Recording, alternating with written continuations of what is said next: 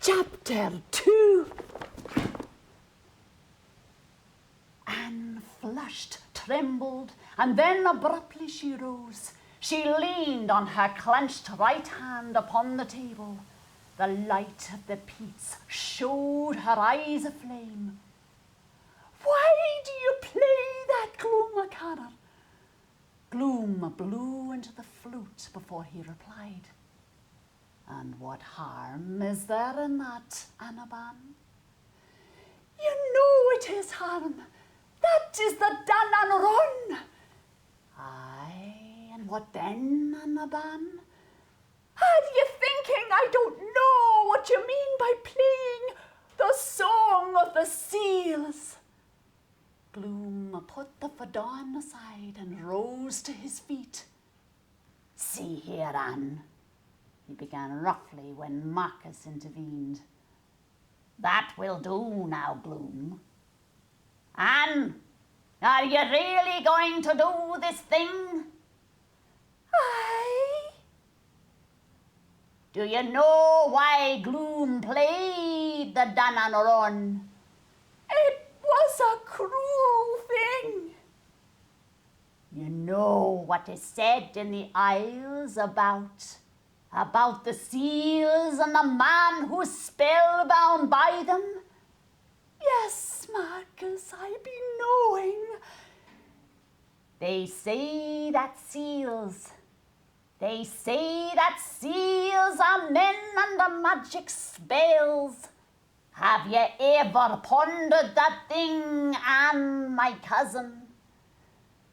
"I am knowing full well what you mean." "Then you will also know that the MacCodrums of Northwest are called the Seal Men." "I have heard." "And would you be marrying a man that is of the race of the beasts, and himself knowing what that means, and who may any day go back to his people?" "Ah, now, Marcus, sure, it is making a mock of me you are. Neither you nor any here believe that foolish thing. How can a man born of a woman be a seal?" Marcus frowned darkly at his cousin. At first he made no response to her. Then he answered sullen. "You may be believing this, or you may be believing that, Anne. But two things are as well known as that the east wind brings the blight and the west wind the rain. And one is this, that long ago a seal man wedded a woman of the northwest, and that he or his son was called Neil MacCodrum. And the sea fever of the seal was in the blood of his line ever after. And this is the other, that twice within the memory of living folk, a MacCodrum has taken upon himself the form of a seal, and so has met his death in the Sound. And you will not be forgetting that Neil was the grandfather of Manus MacCodrum." "I am not caring what you say, Marcus. It is all foam of the sea." "There's no foam without wind or tide, Anne, and it's a dark tide that will be bearing you away to northwest, and a black wind that will be blowing far away behind the east, and the wind will be carrying his death cry to your ears." The girl shuddered, but her brave spirit did not quail. "Well, so be it. To each his fate. Seal or no seal, I am going to wed Manus MacCodrum, who is as good as man as any here, and a true man at that, and the man I love." Again, Gloom took up the fiddle and sent a few cold white notes floating through the hot room, breaking suddenly into the wild, fantastic opening air of the Dan-Nan-Ron. With a wild and passionate gesture, Anne sprang forward, snatched the flute from Gloom's grasp, and would have thrown it into the fire. Marcus held her in an iron grip, however. "Don't be minding Gloom," he said quietly, as he took the fiddle from her hand and gave it to his brother. Anne shook herself free and moved to the other side of the table. On the opposite wall hung the dirk which had belonged to old Robert O'Connor. She unfastened it, faced the three men. "By the cross of this dirk, I swear that if any man come between me and Manus, this dirk will remember in a certain hour of the day of the days." She looked meaningly at Gloom, whom she feared more than Marcus or Seamus.